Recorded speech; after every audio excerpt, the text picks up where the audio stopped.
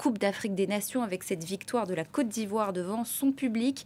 Elle se hisse en demi-finale donc après avoir battu le Mali à la dernière seconde de la prolongation. On retrouve donc Cédric Ferreira à Bouaké. Bonsoir Cédric, vous avez suivi ce match pour France 24.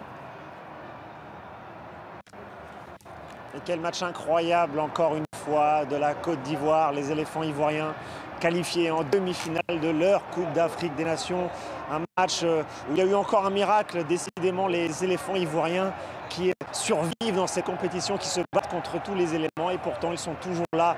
Souvenez-vous la Côte d'Ivoire qui avait été au bord de l'élimination en phase de groupe et finalement ils ont été repêchés extrémistes pour les huitièmes de finale. En huitième de finale, la Côte d'Ivoire a éliminé le Sénégal, le tenant du titre, après une séance de tir au but étouffante. Et là encore, ils ont arraché leur qualification sur la toute dernière action du match dans les prolongations. Un match où il y a eu beaucoup de rebondissements d'abord en première période, où c'est le Mali pourtant qui dominait, les aigles maliens qui étouffaient la Côte d'Ivoire et les Maliens ont laissé passer une première opportunité avec un penalty à la 16e minute manqué par Adama Traoré. Et Yaya Fofana, le gardien ivoirien, a repoussé sa tentative. Et puis ensuite, avant la pause, catastrophe pour la Côte d'Ivoire, carton rouge, réduction à 10 après l'expulsion d'Odilon Kosunu, deuxième carton jaune pour lui. Alors en deuxième période, la Côte d'Ivoire forcément en infériorité numérique a joué beaucoup plus prudemment. Les occasions ont été très rares et le Mali a eu aussi du mal à se procurer des occasions. Mais pourtant, à la 71e minute, les aigles maliens ont marqué le premier but du match. Un but signé Néné Dorgelès, une frappe exceptionnelle, lointaine en pleine lucarne.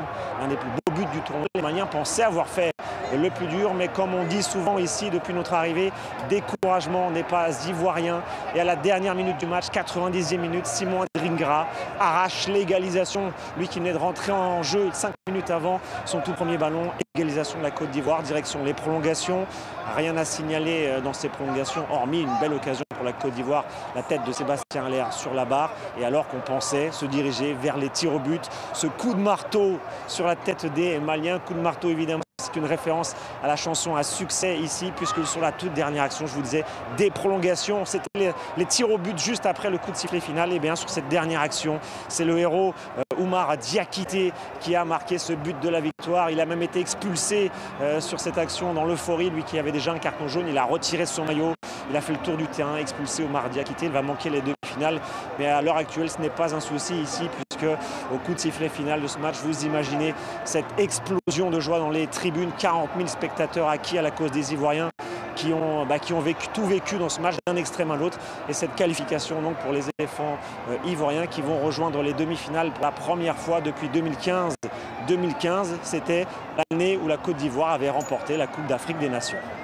Cédric Ferreira, envoyé spécial de France 24 en Côte d'Ivoire. Merci beaucoup.